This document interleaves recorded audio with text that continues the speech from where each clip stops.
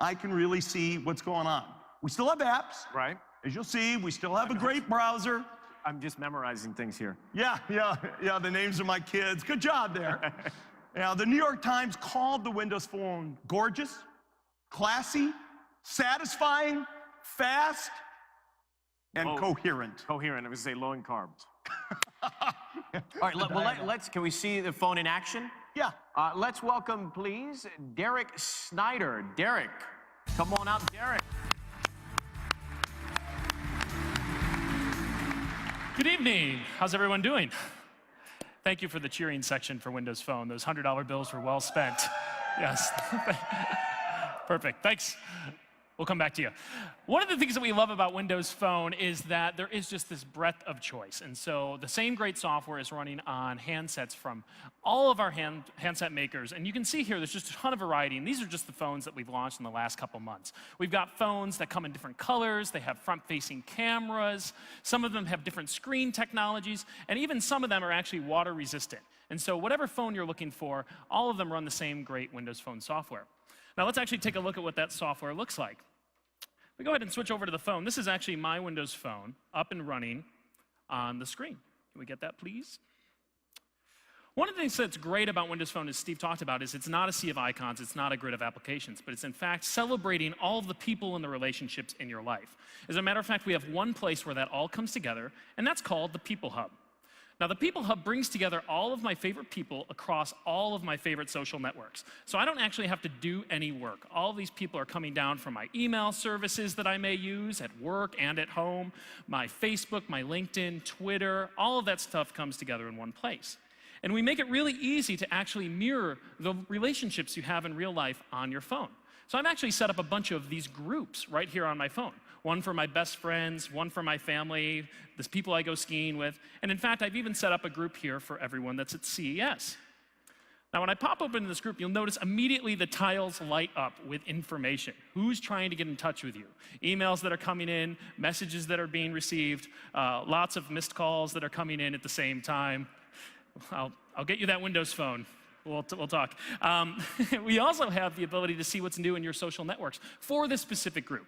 Now think about how valuable that can be when you have, for instance, your family and you want to see what's going on just with that group of people. You can see pictures just for this group of people as well, and they all come together in one place.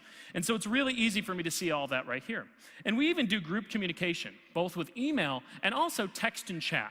But unlike our competitors who have proprietary services like iMessage or BlackBerry Messenger, we actually use the services that you and your friends are already using.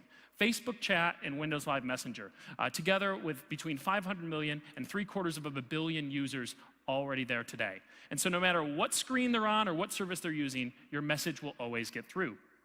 Now let's dive right into one of my contacts. I've been chatting with Joe Belfiore a little earlier today, and you'll notice that the contact card comes alive, and it's combined from all the different places I know Joe across all of his social networks. So it doesn't just have contact information, it brings in the richness of what he's up to, the tweets that he's been posting, and I can easily retweet those, no app required. I can see all the pictures that he's been posting. I like to catch up with friends sometimes and see all that in one album. And we even have conversation history. And so this keeps a full log of all the conversations we've had across calls, visual voicemails, text messages, and even IMs. And so when you see here that I've gone into this thread, as we call them, it actually looks like a text message. But this actually started out as a Facebook chat. And so it's really easy to seamlessly transition. So Joe actually sent me a message here and wanted to see if I wanted to grab dinner after the keynote. That was sent as a Facebook message. But now it shows that he's offline, and I can very easily switch over and continue this thread by texting him on his mobile. And it all gets carried out in the same place. Now I can go ahead and actually type out that message on the QWERTY keyboard, but we've actually built voice throughout Windows Phone. And so I'm going to go ahead and respond with my voice.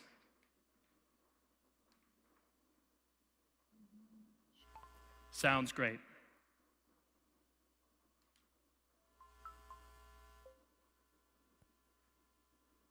And just like that, it will type in the message, and we'll have that off to Joe.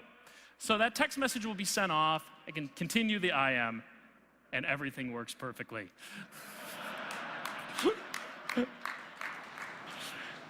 As Steve talked about, one of the other things that we really wanted to do is build in this Metro user interface. And we actually pioneered this on Windows Phone, and you'll be seeing plenty of it tonight.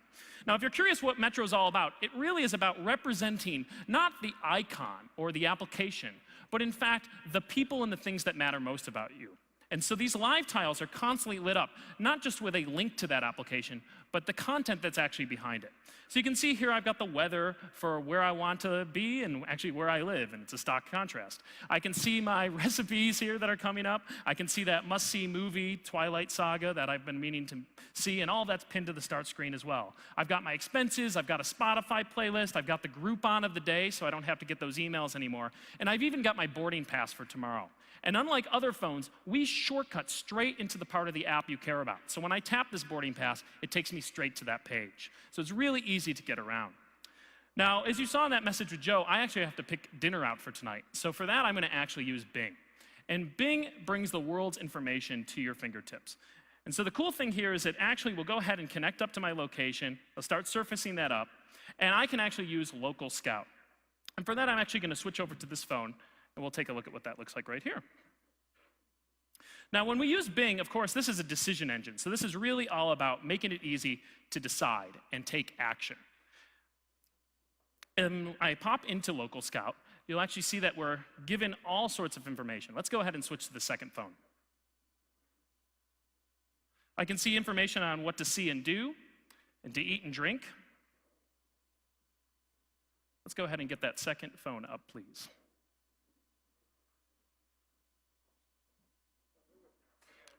Oh, great. Thanks. Thank you, Stephen. We can see everything that you can see and do, all of the shopping that's nearby, and even highlights. So this really will help you live like a local even when you're not. I can see all the highlights in this area, and I've even got some of those favorites that are bookmarked, and those will actually appear automatically. I think we are on this phone. Sorry for the trouble tonight. So when I see all the shopping, I see the highlights, everything to see and do, you'll actually notice I've got a bunch favorited here. Now, I'm not going to subject Joe possibly to Chuck E. Cheese, but maybe this sushi sounds pretty good. And for that, we'll actually pop into this quick card. Now, the really cool thing about the quick card is that it's scraping the web's information, so you don't have to get dropped off into different websites. So all of that information comes into one place. I can see all the location information. I can read the reviews, because we're just compiling all those from Bing as well. And it makes it really easy, actually, to connect up to apps that are really good at handling things like restaurant reservations. So when I go ahead and click Reserve a Table, it'll actually know that there's an Open Table app automatically on my phone, and it will now pass off the information, in this case, the name of the restaurant and the location, straight into Open Table, so that with one click, I can actually make that reservation and be on my way. Well, I hope you've enjoyed seeing the Windows Phone experience tonight. As we said, it's really about putting people first and all of your relationships. Thanks very much.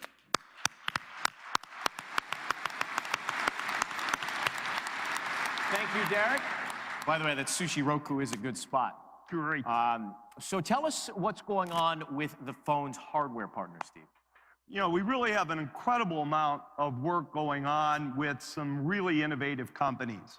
With Samsung, with HTC, with LG, and with Nokia. The range and diversity of devices is amazing, and the quality of work is special. It was about a year ago we announced a partnership with Nokia. They've already delivered Windows phones around the world, but really now intending to go bigger here in North America this year.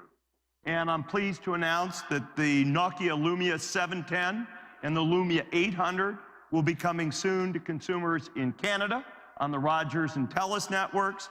And this Wednesday here in the US, T-Mobile customers can buy the Lumia 710, Nokia's first Windows phone in the United States. The popular Nokia Lumia 800 Windows phone will also be available in the growing base of Microsoft physical stores unlocked here in the next few months. But the thing I'm really kind of pumped up about, actually, is the work that's going on moving to 4G LTE networks. And today we had a chance with Nokia and AT&T to unveil the Nokia Lumia 900. Ooh, Let ah. you hold it. Ooh, ah. Ooh, ah. Yes. It's really an incredible phone. It's blazing fast on the AT&T network. It's got this 4.3-inch AMOLED clear black display, and it'll be heavily promoted in all 2,400 of AT&T stores here in the U.S. In the next few months. Beautiful. Ha ha! Good move there, but Wait. wait and see. Right. All right. How does that line go? Wait, there's more? Wait, there's more. Let me show you a new phone That was today. It was very Yeah, good, right on. actually. Unrehearsed, too. Brilliant. Anyway, this is the new HTC Titan 2. Let me just get it on the home screen there for you. This is the HTC Titan 2. HTC is an incredibly innovative company. This product was also launched today. It'll be available on AT&T's 4G LTE network. It's an even bigger 4.7-inch Super LCD screen. And amazingly, it's got a 16-megapixel camera built in, which is higher resolution than almost everybody has on their digital cameras today.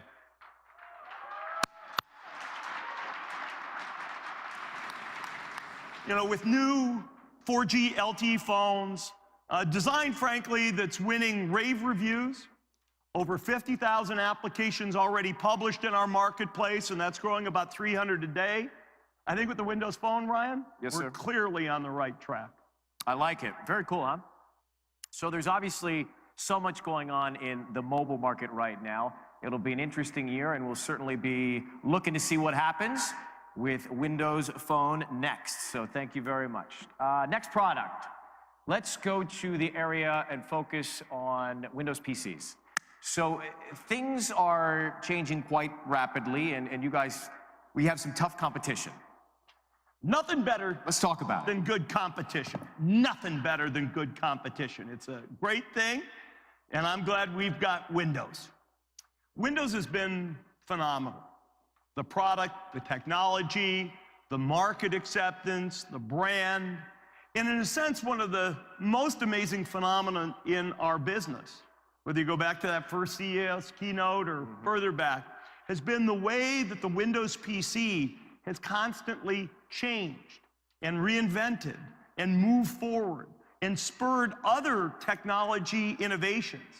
Today, over 1.3 billion Windows PCs are in use around the planet, and that makes it the most popular smart device around. It's an incredible number. But things have changed, right? Of course, things change. That's the essence of this industry. In some senses, maybe the only two things that are constant. Number one, things change. And number two, people don't want to compromise on what they have today. They want the best of what they have and the best of what they want. You know, nobody wanted to give up anything they had on their desktop, for example, when the world moved to notebooks. Right. It's a wonderful thing. The Windows PCs evolved. It was a programming machine. It was a productivity machine, a music machine, a video machine, an internet machine. But we don't give up anything as we keep moving down that path. And really, with Windows 8, we've reimagined Windows all the way from the chipset through to the user experience. And it'll deliver a no-compromise experience. The best of the PC and the best of the tablet. We kicked that off last year at CES, and we're even more excited this year. Hard at work. And I know we're about to see a really cool demo of Windows 8, but before that, tell me about the Windows 7 hardware that's available now. Yeah, there's a really impressive lineup of machines available from our OEM partners. Right. The spectrum of form factors is stunning. Intel's done a lot of work, very good work, making PCs smaller, sleeker, more power efficient, longer battery life. Really, really good work.